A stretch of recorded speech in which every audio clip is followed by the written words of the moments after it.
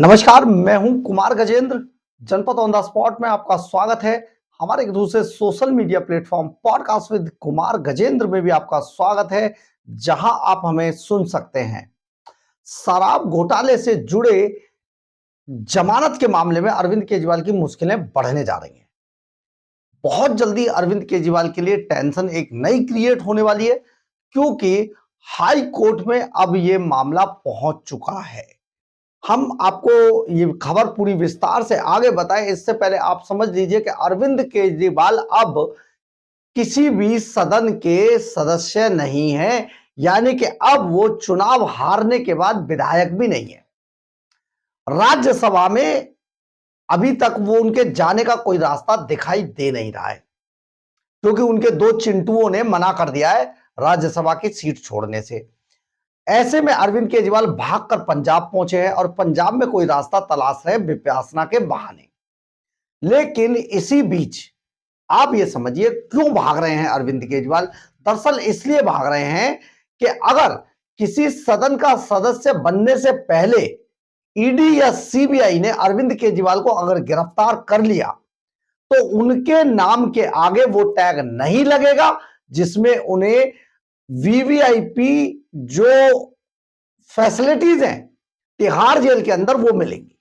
यानी कि उन्हें 20 श्रेणी की जो सुविधाएं हैं तिहाड़ जेल में नहीं बनेंगी मिलेंगी।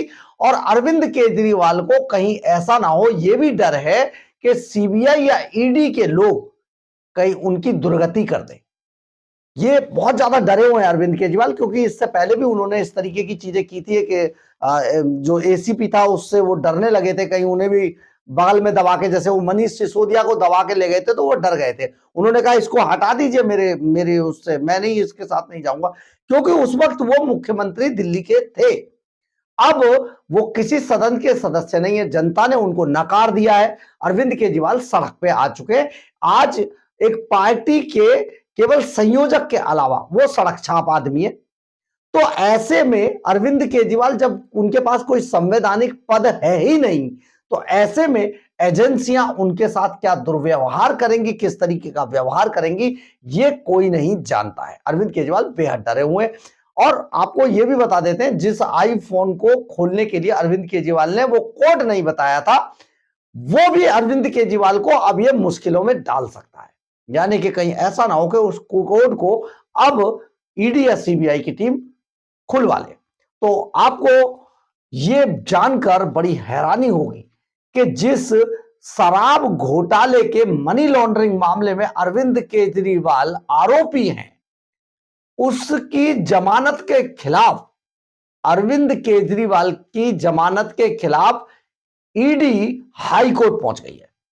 और हाई कोर्ट में अब इसकी सुनवाई किसी भी वक्त शुरू हो सकती है। यानी अरविंद केजरीवाल को आने वाले समय में बहुत बड़ा झटका लगने वाला है।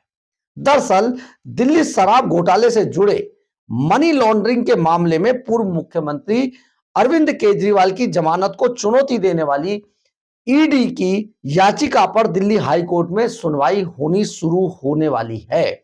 दिल्ली शराब घोटाले से जुड़े मनी लॉन्ड्रिंग मामले में पूर्व अरविंद केजरीवाल कोई याचिका, जमानत को चुनौती देने वाली प्रवर्तन निदेशालय की याचिका पर दिल्ली हाई कोर्ट सुनवाई करेगा। और याचिका जस्टिस रविंद्र डुडेजा के समक्ष सुनवाई के लिए सूचीबद्ध की गई है। इससे पहले हाईकोर्ट ने ईडी के वकील के अनुरोध पर सुनवाई टाल दी थी।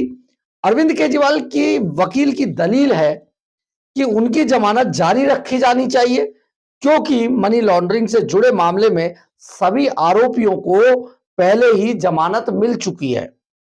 मतलब अब अरविंद केजरीवाल बुरी तरीके से घबरा गए हैं कि जब सबको मिल चुकी है तो मेरी के जमानत के खिलाफ क्यों जाया जाए।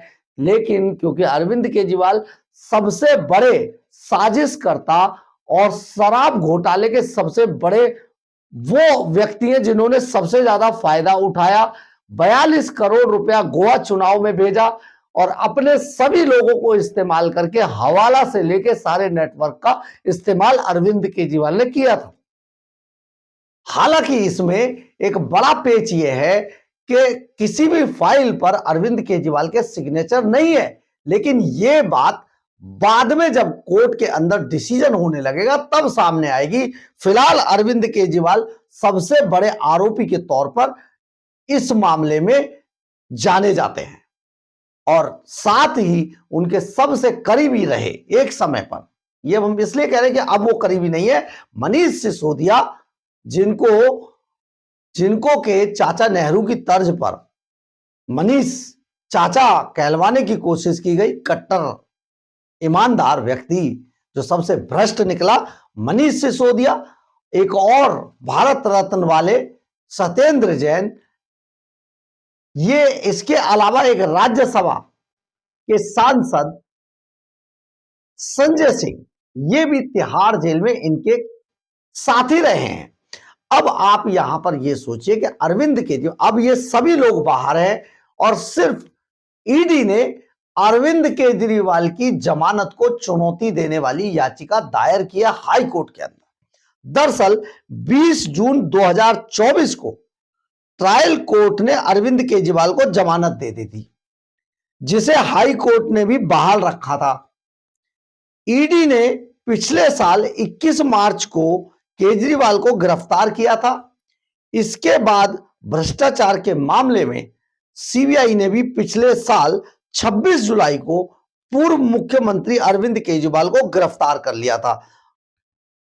यह मामला बहुत ज्यादा चर्चा में रहा और कई पार्टियां इस पर आपत्ति, जो विपक्ष की पार्टियां थी इंडी गठबंधन वाली, वो आपत्तियां जताती रही थी। लेकिन कोर्ट जो होती है, अदालतें सबूतों पर काम करती हैं और अपने हिसाब से चलती हैं। अरविंद केजरीवाल बीच में एक बार अंतरिम जमानत लेकर भी बाहर आए, चुनाव प्रचार किया, जनता से भीख मांगी कि मुझे अगर आप बचा लीजिए, मैं तिहाड़ ना जाऊं, इसलिए मुझे वोट दीजिए। तो जनता ने इन्हें वोट नहीं दिया। लोकसभा का चुनाव भी बुरी तरीके से केजरीवाल हार गए। इसके बाद अरविंद केजरीवाल के सामने विधानसभा का चुनाव आया, हरियाणा के चुनाव आए, वहां पर भी इन्होंने इसीलिए वोट मांगे, यही कह के कि मुझे बचा लीजिए, मुझे जेल भेज देंगे, मैं बचना चाहता हूं, आप मुझे बचा सकते हैं। लेकिन जनता ने एक नहीं सुनी। हरियाणा में भी इनका सुपड़ा साफ हो गया। फिर दिल्ली में भी इन्होंने इसी बात पर चुनाव में वोट मांगे। बहुत सारे मुफ्त की रेवड़ियों के जो व्यापार थे वो उछाले कि भैया ये गिफ्ट वाउचर है, इन्हें कैच कर लो, मुझे छुड़वा लो। लेकिन जनता ने एक नहीं सुनी और अरविंद केजरीवाल सत्ता से बाहर हो गए। अब सत्ता से बाहर होने के बाद उनकी एक बार फिर से तिहाड़ जेल की जो यात्रा है वो शुरू हो सकती है, क्योंकि तिहाड़ जेल उनका लगातार इंतजार कर रही है। उनके लिए बाकायदा अब पता नहीं कौन कौन से ग्रंथ ले के जाने के नौटंकी करेंगे, लेकिन ईडी ने हाई कोर्ट में ये याचिका दाखिल की थी उनके जमानत के खिलाफ और उस पर सुनवाई शुरू होने की बारी है। बस देखिए कितना ये चक्र है, कैसे चक्र चलता है, कितना जब पाप का घड़ा भर जाता है तो अरविंद केजरीवाल को देखकर समझ जाइए कि पाप का घड़ा कैसे भरकर धीरे धीरे छलकना शुरू होता है। बहरहाल, अगर आपको हमारी खबर अच्छी लगे तो आप इसे लाइक, सब्सक्राइब और शेयर जरूर करें। कमेंट्स बॉक्स में अपनी राय जरूर लिखें, इससे हमें बहुत बहुत बहुत ऊर्जा मिलती है। जय हिंद, जय भारत।